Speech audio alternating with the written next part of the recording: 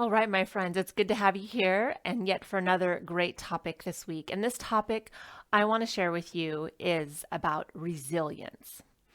So, if you want to become more of a resilient person, or if you want to raise kids that are resilient, this video might just be for you.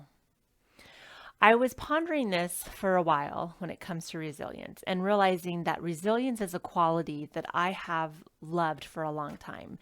And it is a quality that I myself have wanted to create more of and become more resilient in my life. Because I found that with resilience, it helps us to, for me, when I think of resilience, I think of being able to push through difficult times and yet come out on the other end still a kind and good person. Now, being a kind and good person doesn't mean that you're a nice person. And that's something that I've really had to work on for a long time for myself, is that I wanted to have people like me. And that was part of that people pleasing type mentality.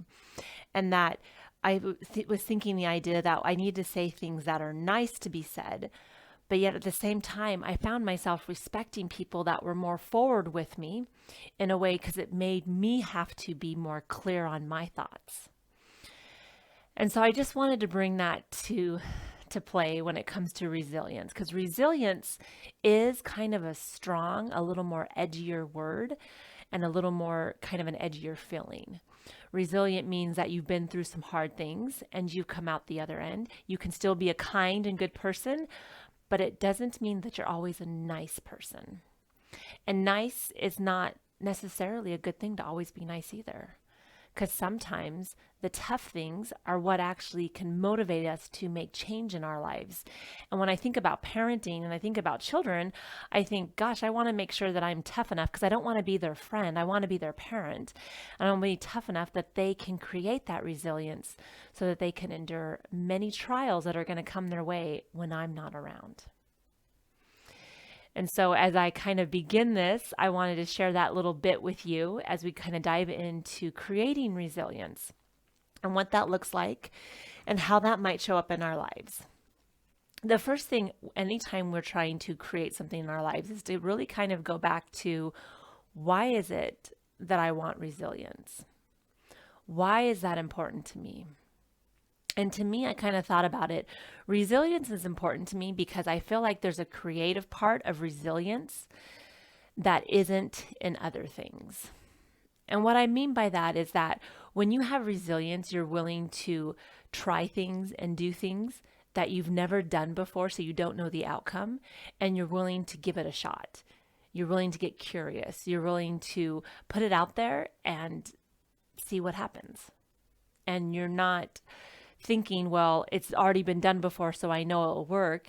And that is more what I like to call the how-to thinking in life, right? We always think about, well, how to be successful, how to raise good kids, how to do these things. And we think, okay, I need to know the how-to get there, and then I'll be able to do the right things to be able to create this outcome. And the truth is, we don't need the how-to. We actually first need to know why we are doing it, and the how-to will come. And resilient, like I said, kind of gives me that gritty idea that resilience would mean that even if I don't know how to do something, I'm willing to give it a shot. So again, that's another reason why I think as a parent, I would want my kids to be more resilient focused and to be able to create that in their lives, because times will be tough for them. And even as a parent, I think about when times were tough for me when I was younger and when my parents couldn't step in, they couldn't help me, that those are kind of things that I cherish and I hold close because I feel like they created more of who I was. So again, that resilience could help our children create more of who they are. So in order to create more resilience in your life or in your children's lives, you have to be willing to become resilient yourself. Right? We do lead by example, and what we do speaks more volumes than what we say for them to do, right? But we need to kind of know why it is we're doing it. Do we believe that's who we are and that we are resilient? Do we believe that with every fiber of our being? So we do things because we believe that's who we are, because we can figure this out. we can figure out how to get this done. And that's what I think about too with my kids. Like, I want them to be able to feel like I can figure this out. I don't want to be the one that's like giving them what they need to be doing. So an example I can think about is when my kids were younger and so when they were learning to tie their shoes. And sometimes you'd be in a hurry and you were like, okay, I'm just going to tie them real quick for you and let's go. Instead of sitting there and letting them tie their shoe and maybe being a little later, or maybe I could start a little bit earlier and do less things so that they can take the time to learn how to tie their shoe. Because as a parent, what I found myself doing as a mother, as a parent in that sense, is kind of correcting my kids. Like if they were loading the dishwasher, showing them how they should do it. Like, this is how you should do it. In reality, you can load the dishwasher any way you want to. Like, it's so funny how we think like there's a certain way we need to load the dishwasher. The truth is, it doesn't matter. It's going to get clean or it's not going to get clean. Like, that's kind of our results of what's going to happen. And I think about that, and like I think about when I clean my kids' rooms, right? There was times that I would clean it more spotlessly than they did it, but yet they already had cleaned the room. So what does that tell them? That tells them that the way they cleaned the room wasn't as good as I could do it. And that didn't teach them resilience. In fact, that taught them that, well, if I can't get this done, then I just need to call mom and she'll come in and fix it. And I don't want to be the fixer. Like, I did not want to be that. And to keep in mind, I mean, I believe that actually raising boys or girls, either way, we want to have them learn resilience because life is not going to be easy either sex, right? It doesn't matter what sex they are. It doesn't matter what position they filled, whether they become a stay-at-home dad or whether they become, a working mom. It doesn't matter. You still need to create resilience and decide that you can do hard things and have it stem to becoming you. Like, this is your being. This is who you are. And if their mom picks up after them in their room, or they rearrange the dishwasher because they did it wrong, or they clean up after them, or they tie their shoe for them because they're in a hurry, it's showing that we're going to come in and fix things for them when things get rough or things are hard. And that's not what I want to show my children. I want them to feel like it's going to be hard and you can sit this out and you can pause for a second, just sit or just pause it, not sit it out, but just pause for a second, rethink it, regain what you want to do moving forward and do it. And whether or not you do it right or wrong, that you keep on trying, that's resilience. See, resilience isn't a one-time shot. It doesn't mean you get it right and then you go on.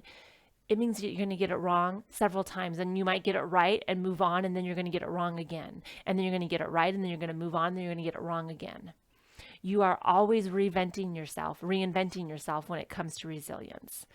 And when you have children that can live with being resilient, and you as a parent decide to become resilient, that means that we might not help them when a problem arises. We might give them that opportunity to figure it out themselves. That I let them make mistakes and I let them figure out their mistakes. Did I do it right all the time? Hell no, not even close. There was many a times I swooped in to save my children, many times. So by no means did I do it right. But I did really try to let it go, to let them figure it out, even when they were the odd kid out, because other parents were going into helping them. And it doesn't mean that there's not times in their life that hard things are going to come and they're going to maybe need help on that. But not always from me. They might need help from medical professionals, but that they know that they can get that that's part of the process of life, that's part of being a human. And sometimes human experiences are really going to suck. But I can get strong from this, and I can find my way through it. And I think about that as a parent and as an adult myself, and raising adult children now, and as my kids have grown, is that to me, resilience is one of those things that it's like, if I could give my kid anything, it would be resilience. And then I stop and think again, if I could give myself anything, it would be that you are resilient. So creating resilience in our lives can be a challenge because, right, our kids, as we're seeing them go through challenges, that's our heart outside of us walking around. That's our heart on legs. And we want to protect it because we want to protect our heart and we want to protect them. And it's finding out why it is that resilient might be important to you. What is it that will help you be able to strive through this and be able to actually become better because of it and decide that this is how you want to show up because it is the betterment for my kids. Like, being resilient is not easy. It's not the easy button. You see those commercials, right? The easy button. It is not the easy button. It is far from the easy button. It is the harder route to do. But when you have things in front of you that are a little more challenging and you realize that as you go through, you go, oh, that's why it was more challenging, because the fruits of that are so much more sweeter than if I was to have taken the easy way, if I was to have hit the easy button, if I was to pick up my kids' room, if I was to rearrange it after they already cleaned it, if I was to make sure and rush them to do their, to tie their shoelaces and I tied it instead. Like, those are those easy buttons. And not that that's wrong. I'm not going to say that it's wrong at all, because you get to decide how you want to raise your children. You get to decide what values you want them to hold and have. But the truth of the matter is, once they become adults, they get to choose their own values. You don't get to choose them anymore.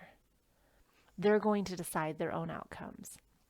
And that's why for me, I look and I stand back and I go, resilience is the one thing out of anything that I could give my children, it would be to become resilient.